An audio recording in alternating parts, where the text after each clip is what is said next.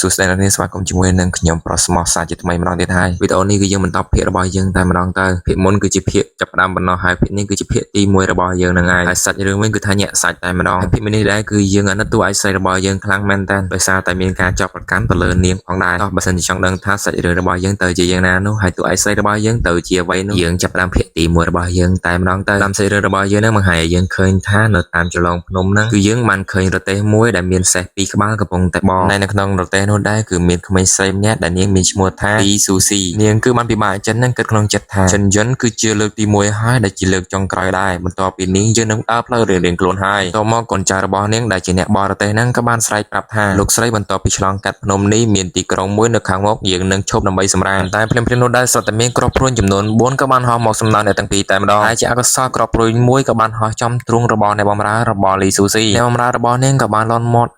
់ហើយនាងស៊ូស៊ីក៏បានស្រែកខ្លាំងមែនតើដោយសារតែវិភ្លាមពេកបន្ទាប់ពីត្រូវមួយគ្រាប់ព្រួញភ្លាមនាងក៏បានធ្លាក់ពីលើរទេះក្ពាកតែម្ដងរួចក៏បានស្រែកប្រាប់ទៅអ្នកស្រីខ្លួនថាលោកស្រីបញ្ញាប់រត់ទៅស៊ូស៊ីមិនមកអង្គយូរឡើយនាងក៏បានបររទេះដោយខ្លួនឯងតែម្ដងពងតែបំបោសែណូនាងក៏បានគិតក្នុងចិត្តថាហេតុអ្វីខ្ញុំបានចាក់ចេញឆ្ងាយហើយលោកនៅតែមិនព្រមដោះលែងខ្ញុំទៀតតោះមកយើងនិយាយនៅក្នុងអតីតកាលរបស់នាងបន្តិចសិនកាលនៅពេលដែលនាងរៀបការជាមួយនឹងឈិនយ៉ននាងពិតជាសប្បាយចិត្តណាស់កាលនោះនាងក៏បានគិតថាការពេញចិត្តហើយនៅក្នុងកៅភ្នែកមានតែគាត់ខ្ញុំគិតថាជាមនុស្សស្រីដែលសំណាញ់ជាងគេនៅលើពិភពលោកហើយបងប្អូនរបស់នាងនៅពេលនោះក៏ត្រូវបានគេបំពុលសម្លាប់បាត់ទៅពេលនោះគឺនាងស្លុតចិត្តខ្លាំងមែនតើនាងក៏បានស្អីថាយន់វាងហើយនាងក៏បាននិយាយបន្តតែមិនយូរប៉ុន្មានបងប្អូនស្រីរបស់ខ្ញុំចង់បានថ្លែងបណ្ណាការរបស់ខ្ញុំគឺដើម្បីផលប្រយោជន៍ផ្ទាល់ខ្លួននាងបានបំពុលបងប្អូនរបស់ខ្ញុំហើយនៅទម្លាក់កំហុសទាំងអស់មកលើខ្ញុំទៀតអានោះមានតែនាងទេដែលដឹងថាអ្នកណាជាអ្នកបំពុលអ្នកបំពុលនឹងមានវិណាទៀតម្នាក់ស្រីឈរគេនពាក់អាវភីងហ្នឹងនាងក៏បានតូចចិត្តខ្លាំងមែនតើនាងក៏បានយំខ្សឹបខ្សៀវហើយក៏បានស្រែកសួរថាអើយប្តីជាទីស្រឡាញ់របស់ខ្ញុំសុខចិត្តបោះបង់ចោលកូនរបស់ខ្លួនឯងប្តីសូមជួយសង្គ្រោះកូនរបស់យើងផងគេចិត្តស្លាប់ហើយក៏មកចិនយន់ដែលជាមនុស្សជាសរថែមទាំងមិនខ្វល់ថែមទាំងនិយាយឌឺទៀតថាស្មើនេះនឹងប្រើដើម្បីព្យាបាលជំងឺរបស់នាងឈីវជាមួយនឹងថ្នាំនេះជំងឺរបស់នាងអាចជាសះស្បើយអូប្តីគេថោកដល់ម្លឹងកូនខ្លួនឯងមានទីជួយសុខចិត្តយកស្មើទៅជួយគេតែប៉ុណ្្នឹងគឺចង់យកស្មើនឹងទៅឲ្យបងស្រីរបស់គេដែលមានឈ្មោះថាលីស៊ូឈីវរស់នៅបាន100ឆ្នាំហើយសាច់រឿងនាងក៏បានកាត់មកដល់គ្រួសារឈិនវិញនៅពេលដែលអ្នកបម្រើរបស់នាងឃើញនាងកំពុងតែអង្គុយនៅមុខផ្ទះនាងក៏បានមកសួរលោកស្រីទីនេះត្រជាក់ណាស់តោះទៅតែស៊ូស៊ីក៏បានប្រាប់ទៅវិញថា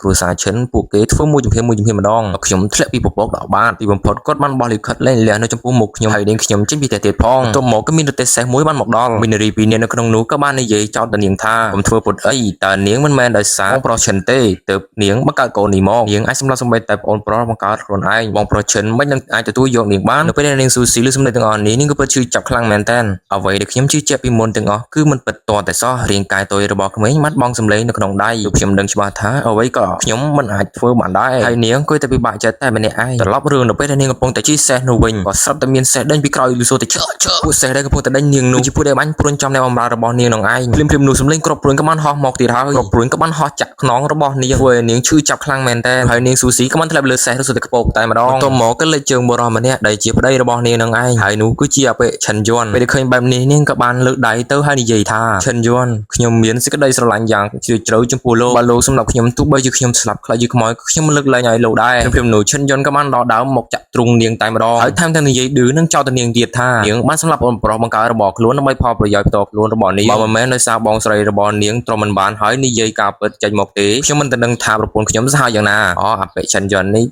ភ្លើមែនតើហើយគេក៏មកបន្តទៀតថាគ្រូសាឈិនខ្ញុំមិនអាចអត់ធ្មត់នឹងនាងបានទេពេលដែលដើរចាក់ចំទ្រូងនាងហើយនាងក៏ចាប់ផ្ដើមសុំទោសពុកម៉ែបងប្រុសនិងកូនប្រុសរបស់នាងជីវិតនេះខ្ញុំស្រឡាញ់មនុស្សខុសជឿជាក់លើមនុស្សខុសនាងក៏ចាប់ផ្ដើមស្រមៃពីអតីតកាលរបស់នាងជីវិតស្នេហ៍របស់ខ្ញុំមែនទេនេះជាតម្លៃនៃសេចក្តីសប្បុរសរបស់ខ្ញុំមែនទេវាមកខ្លាចជាការស្អប់ខ្ពើមហើយធ្វើខ្លួនជាអ្នកគង់ខ្ពស់តែអាចធ្វើអំពើថោកទាបបែបនេះបាននាងក៏ចាប់ផ្ដើមនឹងដល់គ្រាស្នេហាដំបងនឹងកូនប្រុសរបស់នាងហើយនឹងអ្នកបម្រើរបស់នាងដែលគេត្រូវបានសម្លាប់ហើយនាងក៏បានឆ្ងល់ថាហេតុអីនៅពេលដែលនាងជិតស្លាប់នាងក៏បាននិយាយបើសិនមានជីវិតក្រោយខ្ញុំចង់ទប់ទឹកចិត្តស្មោះសរឲ្យទៅមនុស្សដែលស័ក្តិសមហើយសម្រាប់មនុស្សអាក្រក់ឈាមត្រូវតែសងដោយឈាមហើយនាងក៏ចាប់តាមរត់ភ្នែករលេងនៅពេលនោះទៅរួចហើយក៏បានឮសំឡេងមួយថាម៉ែខ្ញុំរងានណាពាក្យមួយរបស់យើងក៏ត្រូវបានបញ្ចប់ទៅតាមនឹងចង់ដឹងថាសាច់រឿងតទៅមុខទៀតទៅជាយ៉ាងណានោះយើងចាប់ផ្ដើមសាច់រឿងទៅគៀនតែចាំមើលវីដេអូក្រោយទៅណាហើយភាគ1និងភាគចាប់ផ្ដើមហ្នឹងអត់មានខំសម្រាប់ចឹងមកទៅបិទគេយកសពទេ